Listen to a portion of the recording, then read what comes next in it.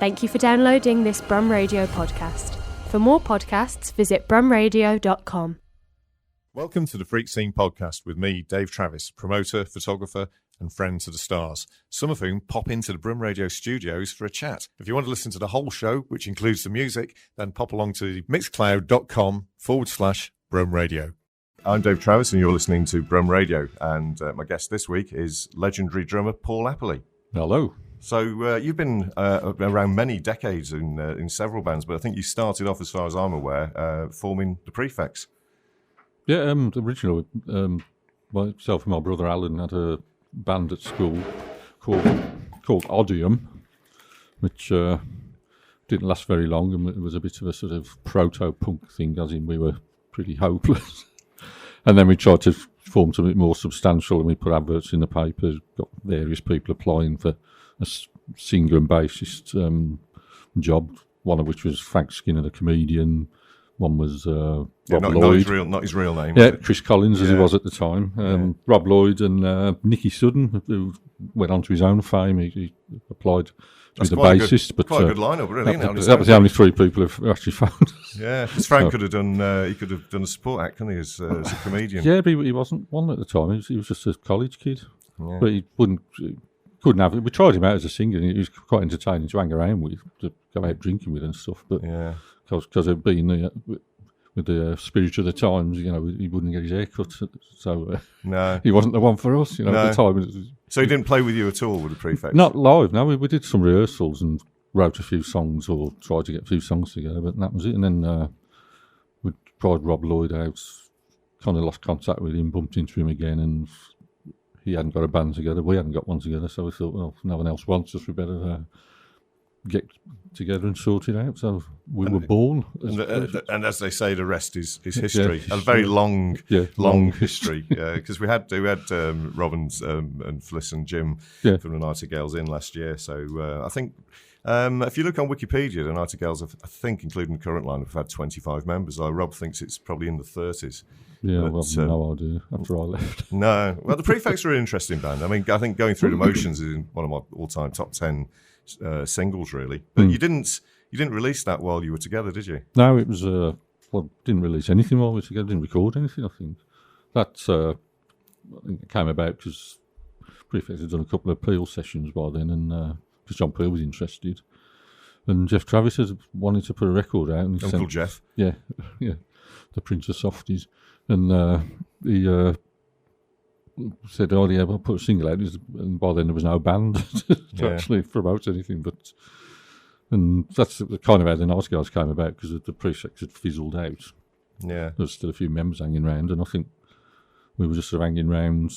We were all living in the same house. Me, Rob Lloyd, Joe Crow, Eamon Duffy was on the periphery. Blah, blah, just blah. like the Beatles used to. Yeah, like the Beatles. Yeah, only with better haircuts. Yeah, I think. And so we. Sort of no one else. Again, it was no one else wants us, so we better form a band. So there we were, back again as a sort of improvisational blah blah blah. Rob wanted to be a bit less punk rock and a bit more beef-arty and all that. Well, I just wanted to play drums. Yeah. So anyway, we kind of got this band together and prototype thing with me, Rob, Joe Crow, Eamon Duffy. And away we went. Yeah, a legendary lineup, that is. Yeah, a legend, yeah. For many reasons, which are probably best not to go into. Well, yeah, how long did that lineup last for? Probably about a year, I think. Yeah. We even did some recordings, which was very rough, but pretty good. I like that. I like that lineup. Personally, it was a good one. But then I think Rob was deciding that Joe was a bit of a liability, and Eamon was potentially a liability as well. You know Eamon, you know Joe. I know Eamon and Joe, lovely people. Yeah, lovely people to go and have a drink with. Great people, yeah. But anyway, so talented musicians as well. Great blokes, great musicians. But at the time, it was sort of, I don't know, Joe wanted to do his own thing, Eamon wanted to do who knows what. And so we kind of reduced down to a two-piece, and then just me and Rob. Yeah. I'd got a trombone from somewhere, so all we got was me on trombone and Rob singing, which is a bit... I didn't know you played trombone. Yeah, I'm in the MU, in Musicians Union, as a drummer and trombonist. Wow. And, I tell you what, all the years I've known you, you learn something every day, don't you? Yeah. That's what I love about doing these shows. You get people in, and there you go. Yeah, basically, I borrowed it, and I could get a noise out of it. Which, Fascinating. But I still used to get people contacted from the musicians union. Oh, we need a trombonist for the symphony orchestra or something. I pay to see that. I go, oh no, sorry, I'm busy, that type kind of thing. But anyway, then we got that line up together with what was it? I can't remember now. Nick Beals, Andy Lloyd, and Steve Hawkins. Yeah, and it was it was a bit more organised then, I think, and a bit more together with musically and that kind of stuff. And was it? I think Rough Trade had stuck a single out. I had the first single with the original lineup. Idiot Strength was a particularly good song. Yeah, another great track. Joe Crow song, I think. Yeah. And then that was the first single. Then I think Rough Trade didn't want to take us up on any options or whatever. And was it Cherry Red who was signed to? Yeah, Cherry Red, yeah. Like formative with Mike Allway was a feature in that. And I think the original lineup, there's actually some footage of that used in an arena special about John Peel, which I'm surprised they didn't use when John Peel died. Yeah. That's an arena special about John Peel. They interviewed the Crow, Duffy era of Nightingales, and there's a couple of live things and shots of us rehearsing and all those kind of stuff. Oh, right, no, I've not seen that. Well, that was on an arena programme. Yeah. But I'm surprised. When he died, I thought that, you got a ready-made programme there about John Peel. It was a really interesting programme in its way. Because you did the most John Peel, you did 25 John Peel sessions. Rob, I think, he's up there with, I think, Mark Smith from The Fall and that Scottish poet character, his name escapes me. Oh, Ivor Cutler. Ivor Cutler, yeah. I think that they're the three who've done the most sessions with Rob with these various bands and incarnations over it. I think I did 8 altogether, something like that. No, I think I did more than that, I think. They were good earners, basically. Yeah. So no, he was a big fan, wasn't he? Ivor Cutler's great as well, of course, The Fall. So he's in good company there. Should we listen to another track? Yeah, go on then. Right, should we have some T-Rex? Why not? Tyrannosaurus Rex, I believe. Tyrannosaurus Rex, yes. That's Sparks, Never Turn Your Back on Mother Earth, and before that, Tyrannosaurus Rex, not T-Rex. So, that's considering you. I mean, it says that the Prefects were the first punk band in Birmingham. Is that correct? We believe so. Yeah, I couldn't think of anyone else. The Suburban Studs were these sort of glam rocky older blokes who sort of got a bit bandwagon, the old chop the hair and got the straight leg trousers kind of thing. And I think they were all right, nice bunch of blokes, but we were the first sort of 17, 16-year-olds sort of, to my knowledge, to form up and because I think that's it. Because I remember reading the NME, it'd be 75. Because the Damned had the first punk single, didn't they? They beat Sex Pistols to it. But the NME, I remember, was saying that Eddie and the Hot Rods were a punk band. But I think they'd heard sort of rumours of what was going on, and they were just trying to find bands to and Vibrators. I saw them at the time. Yeah, I mean the Eddie and the Hot Rods. I mean again, they got the short hair and mostly the straight leg trousers kind of thing, and there they were. But they were high energy, fast, exciting kind of band to see live and all that. Yeah. So, but I mean, I suppose punk was more. I don't want to get philosophical here, but it was more of a sort of an attitude, wasn't it? But it was like an idea that you can do it yourself. You form a band. You make the music. It's kind of what we did. Me and Alan could play reasonably well. We got the inevitable inept bassist who couldn't play, which seemed to be de rigueur for punk bands. Yeah. Well, like a vaguely decent guitarist, a drummer who could keep a beat, and a bassist who was hopeless. But Sid Vicious said bass is just 4 fat strings instead of 6 thin ones. That's why he chose it. So obviously a lot easier. Yeah. So why did you? So you were a big Tyrannosaurus Rex fan then? Yeah, I mean, like I say, me and Alan, my brother, were into similar kind of music and got into T-Rex early on, and I kind of went back to followed them back to Tyrannosaurus Rex, and the only instruments I could afford at the time was a pair of bongos. So me and Alan were like the Tyrannosaurus Rex of Billsley, King's Heath. Yeah. We were hopeless. He could play, and I could sort of whatever, but that's as far as it went. And then somehow got a cheapo drum kit from somewhere, and we went. Much to the shock of our fans, we went electric. Yes. Yeah, and Sparks as well. They're a great band, aren't they? Brilliant band. Yeah, excellent band. I mean, I saw them last year. I think they were down Digbeth. They were at the Institute, weren't they? Possibly the best live band I've ever seen. Yeah. I've seen a lot of bands. And you've seen a lot. I mean, no, you've seen a lot. You've years, played with a lot, haven't you? I mean, was it with the Prefects you played with? Were you on the Sex Pistols? No, The Clash. It was a Clash. White Right tour, wasn't it? Too. We played a few gigs on that, yeah, because the promoters who were doing all the early punk gigs were based in Birmingham, called Endale, and they had offices uptown. Rob Lloyd bumped into them at gigs and somehow got to know them, so he was our contact. So he would just hang around at Endale offices and all that, and there was some kind of, I think it was a joke really, they put us on this ridiculous bill on the White Right tour.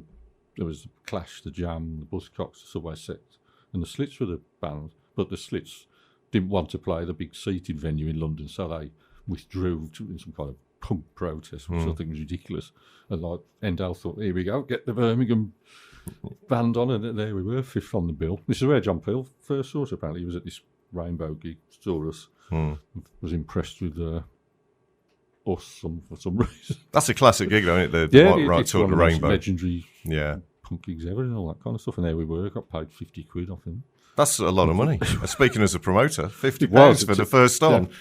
Yeah, Wow. it was, yeah. But so you could buy a car for that, couldn't you? Yeah. Well, I still can, but I mean, yeah, you still do. Yeah, that's it. But so we sort of moved on to that, and then the Buzzcocks dropped out because they sacked their bassist, and so Endale dragged us back on to do a few more gigs towards the end of the tour. So we were sort of, we were sort of like blundering through the music industry without knowing what we're doing, but landing on our feet every time we turn around. And I think, that's some bands are capable of doing that. I don't know. You must, people must have liked you, I suppose. It's funny. Rob Lloyd was it's just easier just to say yes, to shut him up. Yeah. So he was kind of good to have on our side, but he was also a liability because we had all these kind of noble, we don't want to make a record, and we're thinking, well, I do really, but it's like all that, no, we, just kind of whatever. But we were kids, we didn't know what we were doing. No, that's it. Did you support the Sex Pistols? We were supposed to. Yeah, when they did that secret tour, they called the Sex Pistols on tour. We were there, and we went in. Robert had a word with Malcolm McLaren. He was up for it, and with sound checks. I had to go on Paul Cook's drum kit, and we were all set up ready. And then because there was like mayhem, there was like people out, coaches come from Manchester and all this. Loads of the place was full of people outside, and the general consensus between McLaren and the club owner and everything was, if they hear a band come on, they'll think it's the Pistols and all storm the place. So basically the idea was it would probably be best if you didn't play. So that one got knocked on there, but obviously we got in free, which is always a bonus. Yeah, that's and because the place was absolutely rammed, I managed to be in a nice safe place at the side of the stage, so I could watch the band without all this chaos and mayhem going on, which it was, John Rotten trying to incite. Well, there's quite a can you imagine? There's quite a famous photograph, isn't it, of Sex Pistols on tour with security at the front. I think the legendary Jimmy DeCon's down there in the security, and you're in the corner of it, aren't you? Yeah. With a girl, a friend at the time. She works at the Dole office in Dudley, and obviously all the bouncers were signing on in Dudley, and they weren't supposed to be working on. So obviously they knew her, and they weren't going to upset her. So that's what. Me and her were kind of beyond this crowd of bouncers, and we just and it was quite so we had a great view, blah blah blah, and everyone else was in this sort of absolute mayhem in this. This place was rammed, and which is like a far cry from a year earlier when you used to get to see the Sex Pistols and there were 30 people there, and this kind of stuff, and I'm thinking it was like within a year the thing had gone so out of. The punk thing had spiraled out of control. It was just mayhem all the time. So did you hang out with them and become firm friends? Nah, not really. Sid was just threw me snare drum across the sides, and I got fed up with him. Yeah. Paul Cook was a nice bloke, and Jones and that. Yeah, I got on all right with them all. Yeah, I think they kind of because we were the age they were all pretending to be. I think they kind of liked us. We're all a bit younger than all that lot. So, but. So we were sort of, like I say, just blundering about the music business or the punk scene and seemingly landing on our feet every time. Well, yeah. Well, Rob Lloyd's still blundering around landing on his feet. He's had his hand on that tiller for the intervening 40 years, hasn't he? Yeah. Well, I'll tell you, all this talk of punk makes me want to listen to the Seekers. Yeah. So you're a secret Seekers fan? Yeah, I think they're great. I went to see them about 4 years ago. Doing this sort of farewell tour because they're all well old now, and it was fantastic. Her voice is just I mean, for an old woman, it's just perfect and great. So yeah, sure that's not how she describes herself, but I think she would do. But you go to a lot of gigs, don't you? But you don't play the drums anymore, do you? No, I've kind of retired from that. I've I don't know. I lost interest. Yeah. I feel as though I'd done everything I wanted to do in the music business. So to speak, I've done the records, radio, television, press, blah blah blah. I've done everything I wanted to do, I suppose. And I've kind of lost interest in. I like playing drums, but it's just all the nonsense that comes with the music business, which you're aware of. Yes, the kind of hanging around, travelling, blah blah blah. Yeah, dealing with people like me. Yeah, it's grim, isn't it? Yeah, there's a word for that, but I said I wouldn't swear. So, yeah, but so kind of. Apart from I did a appearance about a year ago and playing bongos. Yeah, who was that? Dermot Walker and Rob Peters do this act called Peters and Dog. Acoustic, I know. Blah blah blah. Yeah. And jokingly, I said, "Oh, if you want a bongo player, I'll give it a bash," kind of thing, because I've still got some bongos. And so just called me bluff and said, "All right, then we'll come along to Kitchen Garden Cafe. We're going to do." Our set, and then we'll have you on an encore as a special guest. And he said, "Oh, we got this special guest on." Everyone's thinking, "Who's this?" So I get up there, and as a tribute to my Tyrannosaurus Rex fandom or whatever, they both sat on the floor, cross-legged, a la Mark Bolan, and I sat on the chair, and we played some Beatles song, which name escapes me. Things You Said Today, I believe. Oh. So there I was. It's on YouTube if you want to find it. All right, yeah, no, we'll do. So that was my last. The last time I played drums before that was 2003, I think. I played drums in a Ramones band. Didn't someone play the drums for you one night? At least once, yeah. No, wasn't that when you weren't you supporting? Was it Marky Ramone? Yeah, that was it. That was the last time I ever played a drum kit live. Yeah, we were got this band together, me and a few mates, just to play Ramones songs, and we wanted to just do one gig. And somehow we landed on this thing in Stourbridge of Marky Ramone doing this one-man show, and he'd have a band on, do his waffle, talking away, and then he'd join the band and do some more songs with them. So we turned up, said, "Yeah, we here's our list of songs," and his manager's going, "Oh, you can't do Ramone songs, you've got to do your own set." We're going, "Well, we only exist." And we'd arranged the PA, we'd arranged blah, blah, blah, the back line. So we go, and he's going, "No, well, I'll tell you what, we put our PA in blah, blah, blah, and you ain't got a show. We either do Ramone songs or nothing, because you don't know anything else."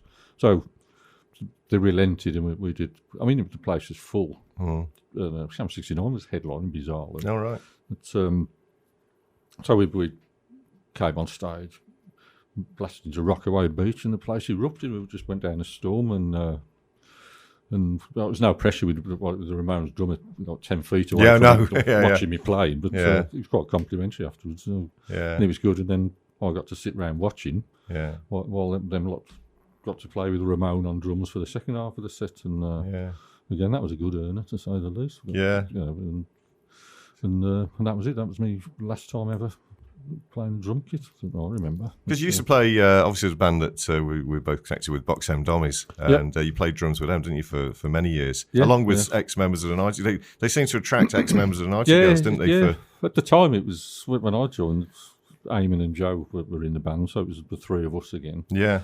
And a couple of other characters, Warren singing, Dave Myers on guitar, and Madeline on violin, I think. And then it kind of changed a bit, morphed a bit, and Pete Birchmill got involved. Marie got involved. She started playing keyring in 1992, and then got onto guitar and keyboards, and now, that band's still sort of going, really, isn't it? It's, it went into Gorgeous, didn't it? And now sort of morphed a few times over the years. But when I was doing it, it was sort of. I mean, I just wanted to have a bit of fun and a bit of laugh, which is basically, as you've seen us often enough, to know that was my sort of plan, and they were a fun band to watch. I'd imagine.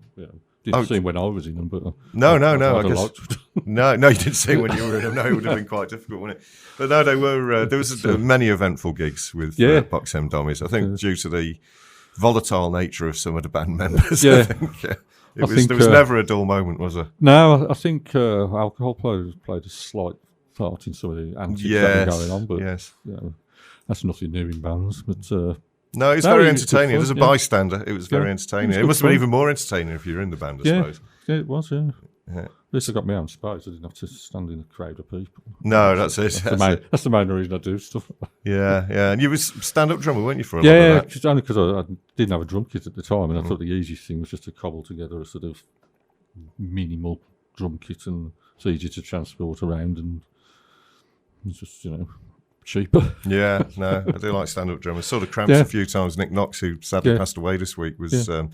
he was an incredible drummer. I remember he used to stand there with a cigarette in the corner of his mouth, black gloves, and he didn't seem to be hardly moving and just making this cacophony. It's really always like Bobby Gillespie when he was in the Jesus Mary Chambers. But they supported the Cramps the one time I saw them. Yeah, no, he was the same. But that was good, and I saw the Stray Cats when they first came over, and when their drummer used to stand up.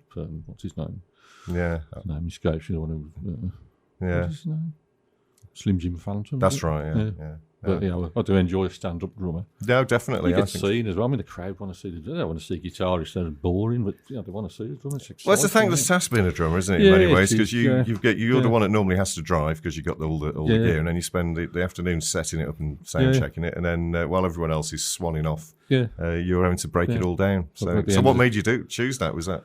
Oh, I was young and naive. Yeah, I sort of been the singer where you just like walk off the stage and get to the bar. That's right. Yeah, to start, getting all the glory. That's right. That's right. Still, so let's move on to another track. We're going to play Kristin Hirsch. Your Ghost from Kristin Hirsch. Another choice of my guest this week, Paul Apperley, legendary Birmingham drummer. Well, international, really, I suppose, aren't you? With the I reckon so. Yeah, I'd call it that. Yeah, Birmingham's first punk band. Yep. We'll probably get phone calls about that, but we'll definitely get phone calls about that. And to be fair to you, it does say that on Wikipedia, and no one's changed it or challenged it. It's on the internet. It must be true. I believe so. Yeah, definitely. So Kristin Hirsch, is that another of your favourites? Obviously. No, I just like that song. Really, I heard it and I thought, yeah. Do you see her live ever? Not that I'm aware of. Yeah. But it doesn't mean I haven't. No, that's true. No, I promoted her years ago, about 30 years ago. Yeah. That's very good.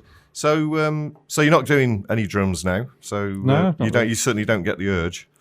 I get the urge, and then I kind of remember all the not so good bits that I was talking about just now about the all the hanging round, all the messing around, blah blah blah, travelling.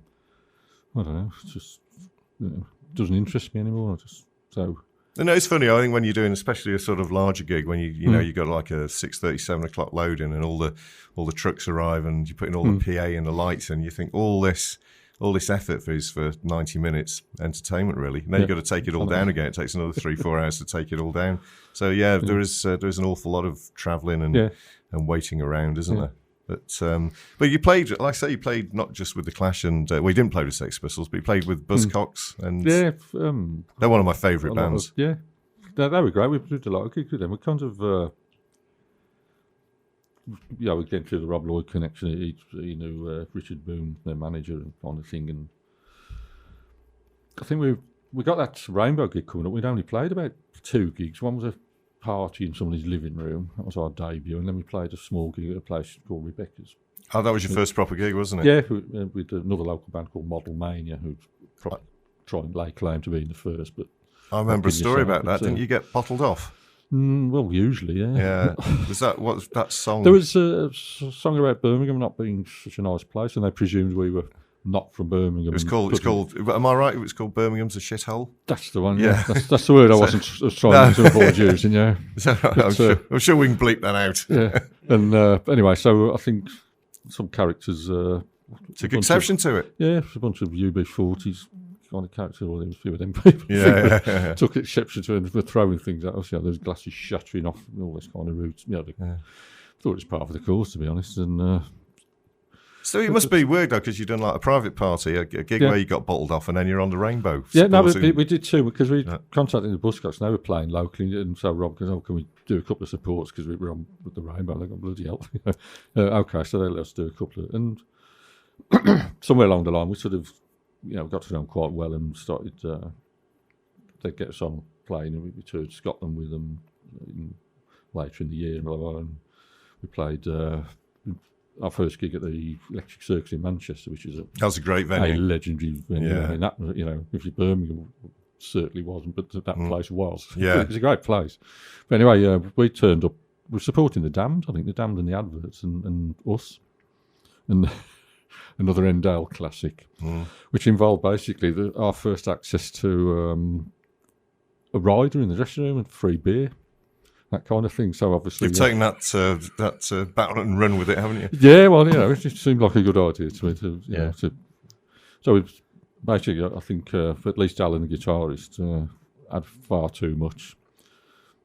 Just doing our sets, all this, first on the bill, obviously with this lot, and next thing you know, Alan kind of fell backwards across the drum kit, and so the drum kit disappeared, and his brother's lying there with his guitar, and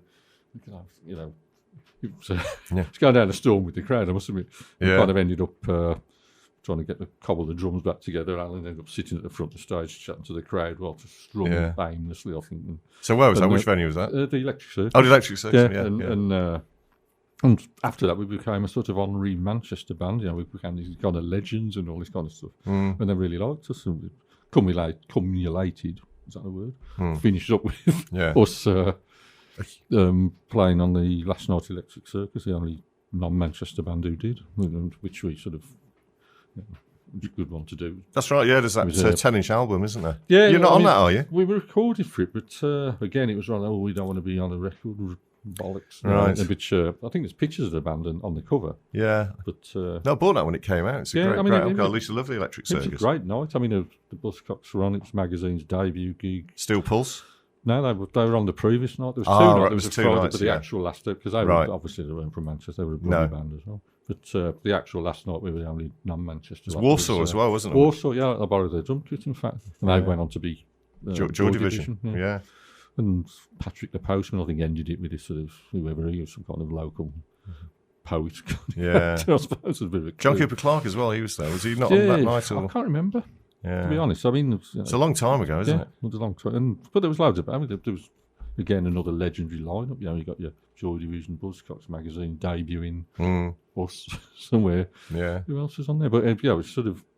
It was a great night, and then, like I say, we became a sort of honorary Manchester band somehow. They did kind of like us. And, It's good. It's good that you can remember it, because I was around that time as well, and I there's so much I've forgotten. Yeah. I don't know. Maybe you can only just fit so much into your brain. I don't know. Yeah. No, maybe you've got a bigger brain than me. No, I just.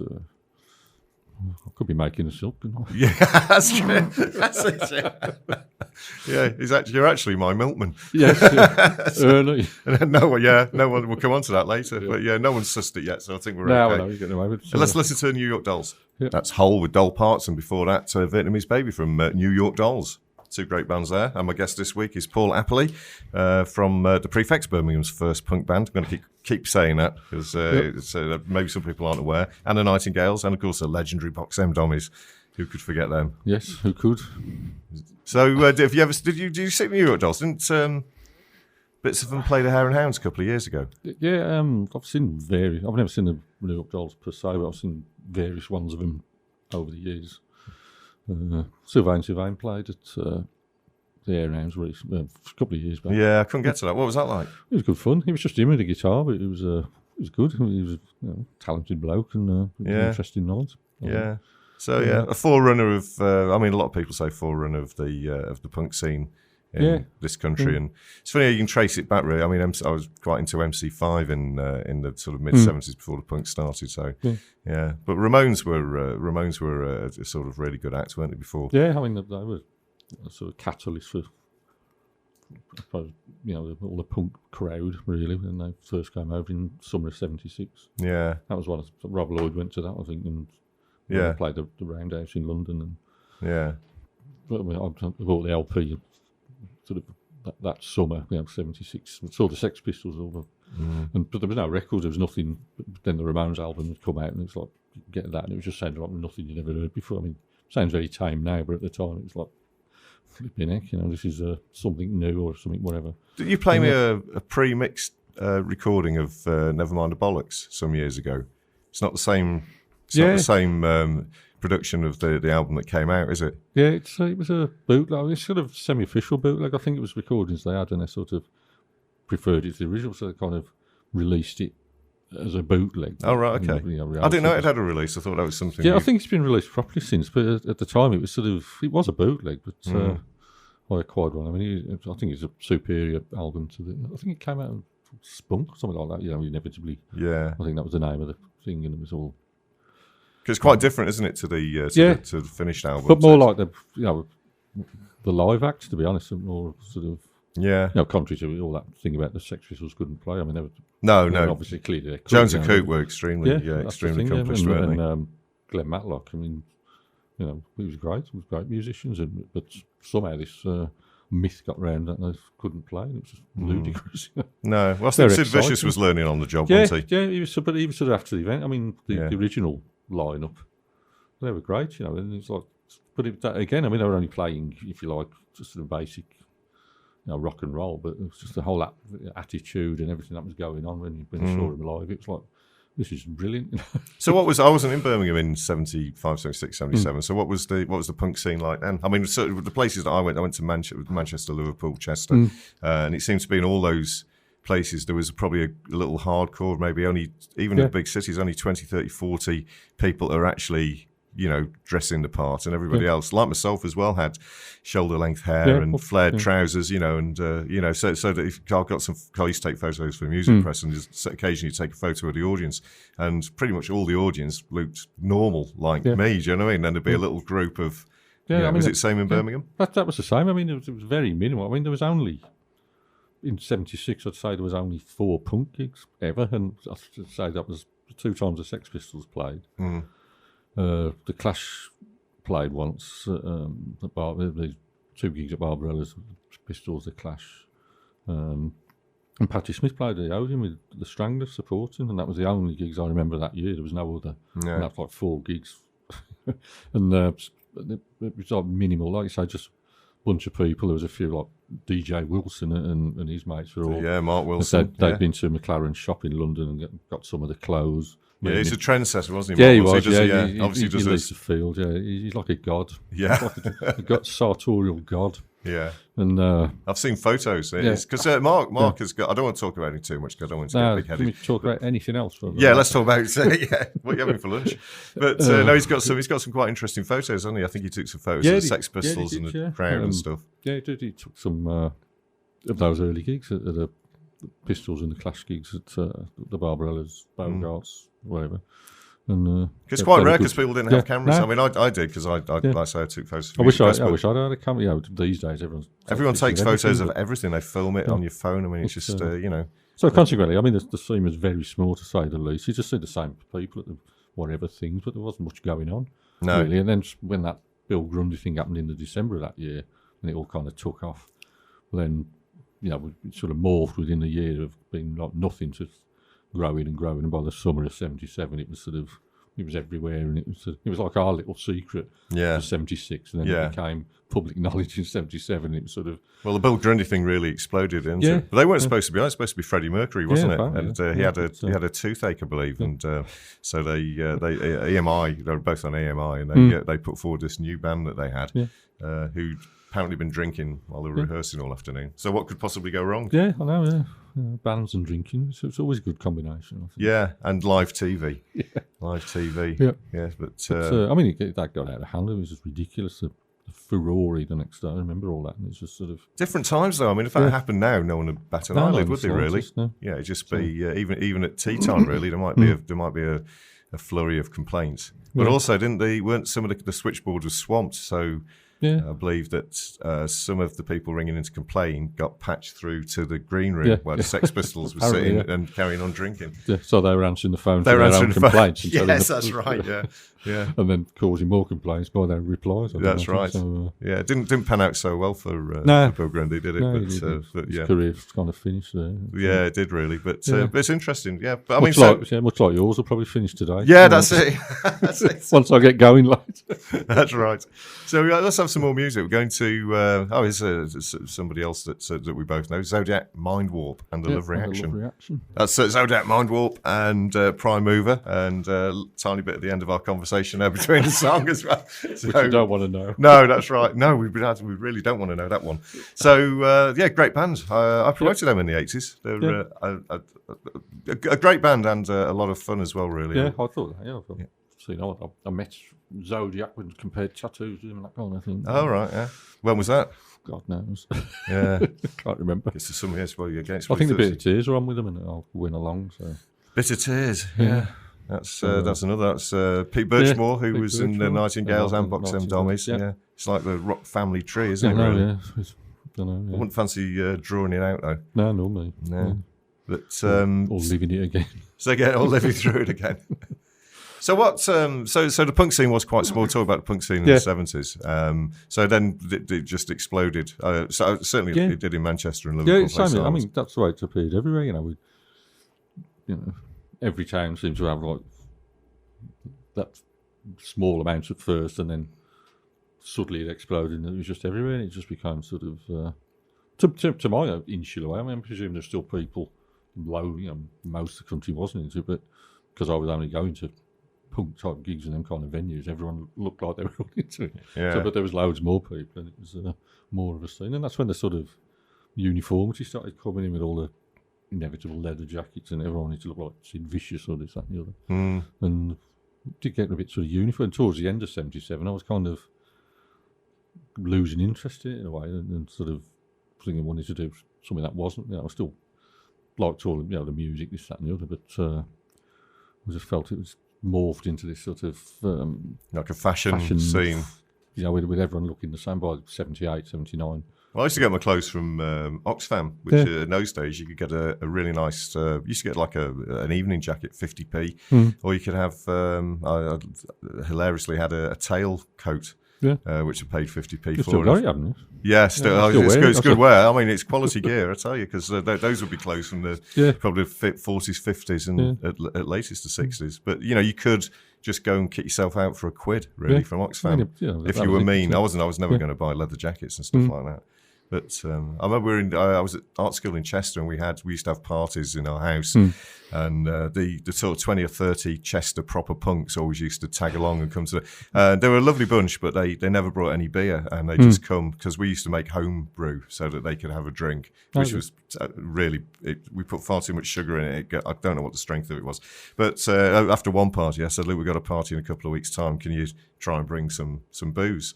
And they turned up with loads, bottles of whiskey, bottles of vodka, cases of lye. I thought, absolutely fantastic. I thought, brilliant, stick it over there. And closely followed by the police. They just smashed the off-licence window and helped themselves to everything. But they were drinking along the way and throwing the cans out. So there was a trail of cans from the off-licence to my flat. But, that's a true punk spirit, though, isn't it? Yeah, really? that's it. Yeah. And when they got out of prison, we all had another party. So, it worked out well. To celebrate, Yeah. Should we listen to some more music? Oh, go on, then. So what did we say we're going to do next? We're going to do, Lady Gaga, or Lady Gaga, as Frank Sidebottom used to pronounce it.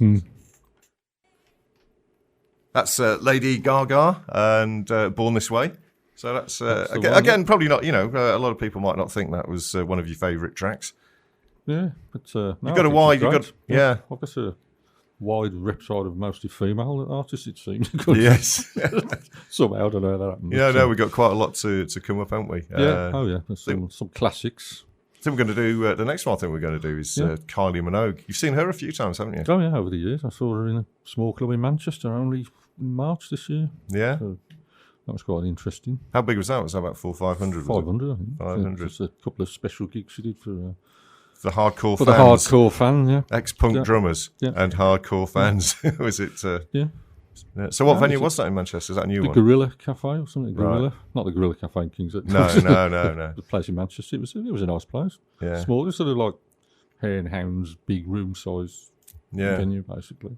That's amazing, isn't it, really, to play that? I love it when, massive acts play little venues like that. I think it's really exciting. I saw her a couple of weeks back in London doing a duet with Nick Cave. So for all you... what venue was that? Musos, the Victoria Park. All right. Some kind of East... I can't remember the name of the thing now. Yeah. Nick Cave, Patti Smith, St Vincent's, things like that. And Psychedelic Furs. Psychedelic Furs, yeah. Bunch of people. Yeah. Ian Jury's son was on. Baxter Jury, yeah. I saw him with supporting Noel Gallagher a few weeks ago, I think last month. It's good. Of course, Marie, who we talked about earlier, who plays in Bucks and Doms, is a big fan of Baxter Jury. Yeah. I've seen him at Coco in London. Yeah, I didn't get it at first, actually, because he does sound a little bit like his dad, doesn't he? Yeah, so I think once you get out of your head, it's he's really good. I think trying to sort out a date for him in Birmingham as well, which would be good. I should actually say nice things about him, shouldn't I, just in case someone points to I love Baxter Jury, absolutely. Can't wait to see him in Birmingham. Yeah, that's a reduced cost. Yeah, that's it, yeah, that's definitely. So should we move on to Kylie Minogue? Yep. That's Tori Amos and Cornflake Girl. Another choice of my guest this week, Paul Apperley. Should I say legendary drummer with the Birmingham's first punk band yet again? Yeah, keep repeating that. So have you seen Tori Amos live then? Yeah, several times. Yeah. She's a very entertaining and talented artiste, I would suggest. Yeah. You do get around a lot, don't you? You do go to a lot of gigs. I like to get out and about, to see people, see bands. Yeah. I'm still interested in music, even if I don't partake. I still like to watch bands. Yeah. I like watching proper bands with instruments and all that, personally, with a drum kit and guitars and all that. And not that I watch guitarists particularly. No. But drummers always interest me to watch.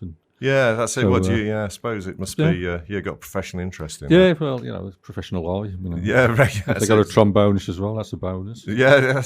So how many bands do have a stand-up drummer and a trombonist? None. No, you couldn't do both at the same time, could you? Really? Probably could have done. Yeah. So who you got? Who are you going to see? Who have you got coming up? Have you got? Nobody. At the moment, I can't think of anything. No. Okay. That's good. Yeah. There's all the festivals coming up, the local festivals coming around with various people. Well, I'm looking forward to seeing Jimmy Cliff at the Jazz Festival. Yeah, that's I've been wanting to see him for many years, so that should be good. Yeah, and of course Lunar Festival as well. That's another one. Yeah, I was talking to Jerv yesterday. They've got some good surprises coming up. So if you haven't got your tickets for Lunar Festival yet, definitely go. It's going to be a great one. You go to that, don't you? I see you down there, stumbling around. Yeah, stumbling around. Yeah, that's it. Yeah, I like that because it goes on late as well, doesn't it? Because it's in the middle of nowhere, with no neighbours, so it goes on till 3 a.m. So they're good festivals. Jerv does a good job. He does, and Carl and John, I suppose. Jerv's the one I know. So. Yeah, you have to name check them all. Yeah. Shan, mustn't forget Shan and Gordon. Yeah, everybody that's involved in the Lunar and the Jazz Festival. So we're lucky actually, aren't we, living so close to places like that. So let's listen to some more music. Let's have the Modern Lovers. Yeah. That's Chris Isaac. I'm naturally speaking like this now. I feel we should be doing the early morning shift. That's Chris Isaac for all you late night people. I could do that, couldn't I? Could do a late night show. You think? Yeah, I've got the voice for it. That's Chris Isaac. Whispering Dave Travis. Yeah, that's it. Yeah, I suppose so. Yeah, never thought about that. Yeah, might do the rest of the show like this. I don't know. What do you think? I do as well. Yeah. So I'm getting distracted. Yeah, quite. Go on then. So that's Chris Isaac, and you're obviously talking in the background now is my guest this week, Paul Apperley. I'm not going to say the rest, I've said it too many times. Before that, Modern Lovers. Legendary drummer, of Birmingham's first punk band, unless you know difference, as they say. Modern Lovers, they're Chris Isaac. I never sort of massively go into Chris Isaac. No, I mean, apart from outside of that song, that's the only song I'm aware of his, and I just like it, so there you go. He must have done others. I'm sure he has. Yeah, he wouldn't do one and say, is that, you got any more, Chris? No, I'm just going to do it. You might do. Yeah, just do the one. But there you go. But Modern Lovers, they're great. Jonathan Richmond is very talented chap. I did prefer the Modern Lovers when it was a band before Jonathan went kind of solo with all that sort of ice cream in the supermarket kind of thing. I like the earlier stuff where he was trying to sound like the Velvet Underground. Yeah. No, I promoted him some years ago as well. He did the whole tour on his own, and he travelled between venues on coaches. So he just had his guitar and a rucksack, and he just sat in the dressing room drinking coffee. I saw him as a drink. Two-piece with a stand-up drummer. Is that right? Yeah, just him in a... Should have done a show with stand-up drummers, couldn't we? Should it? We'll have to compile a list. That might be a good idea, actually. Yeah. In fact, we'd need at least 25 and quite a lot of talking now, wouldn't we? So yeah. I'll get on the case. I'll sort it out. If you could, if you could. Well, do it now. I've got a piece of paper and a pen. Yeah. Start straight away. So what's next? Cats and Jammer. Yep. It's not. What's the story here? They're a Scandinavian band that's quite entertaining. But, have you seen these live? several times. I think they're split up now, but they were good. I mean, they played various. She had a balalaika bass guitar. It's a massive, big kind of balalaika, triangular thing. They look like. Yeah. Played one, but they all swapped instruments around and played various instruments and that kind of thing, and it's very entertaining. Is that showing off? It is, yeah. I mean, I never felt the need to go from drums to trombone in the same. No, but you could have done. I could have done, yeah. So, look on the bright side. Yeah, I was as talented on either. Yeah, that's it. Let's listen to Cats and Jammer. That's Cats and... You see, a less professional DJ a bit caught out by that, wouldn't they? Or presenter. Like you were. No, I wasn't. No. I just, I did open my mouth, but nothing came out. I've ruined it all now, haven't I? Because it's... you've given the secret to it. Yeah, edit that, producer Paul, will you? Yeah, because it's... It almost sounded quite swish, and then I just had to point out the mistake I made. Yeah. But, that's life. Probably true punk spirit in it, well, really. Well, that's it. Yeah, it's that kind of day, isn't it? Yeah, it's a pity you couldn't have brought your drums in. You could play stand-up drums over the top of these links, couldn't you? You could have asked, but... I didn't think about it. I just thought that's quite a good idea, really. I don't think I could have stood up for 2 hours. Though. No, obviously not. No. But Cats and Jammer, that's I've not heard a lot by them before. No, they're I think they're Norwegian, something like that. And, 4-piece, which with various interesting instruments that they use, that kind of thing, and play that kind of thing. Just heard. That's it. And we're going to move on now to another track because we've got quite a lot of music. It's quite a varied list as well here. And producer Paul's handed me. We're playing this off CD as well. That's a bit old school. Yeah, you're poised there, ready to play, aren't you, Paul? Yeah. But I'm going to talk a little bit longer. Oh. So not quite now, no. Featuring Mick Farron on vocals. Yeah, this is amusing me, but it's really poor radio, to be honest. Let's get cracking. This is Deviants. That's Robert Gordon, and before that you heard the Bastard Fairies and the Deviants, and all of them were choices of my guest this week, Paul Apperley. Who's drummer in the first punk band in Birmingham. There we do. We did it one more time, and we sadly come to the end of our time. It's absolutely flown by. But thanks ever so much for coming in, Paul. Yeah, any time. Yeah, well, come in. Why maybe do the stand-up drumming in between? The stand-up drumming list. We could do name that tune. Yeah. That'd be a good idea. Actually, I'm not joking. That might be a good idea. Except, obviously, people have to phone in and... I'm busy that day whenever it is. Yeah, well, I'll give it a go myself. But thank you very much for coming in. And we're going to finish on... Thank you for listening to this Brum Radio podcast. Don't forget to subscribe and rate us on your podcast app.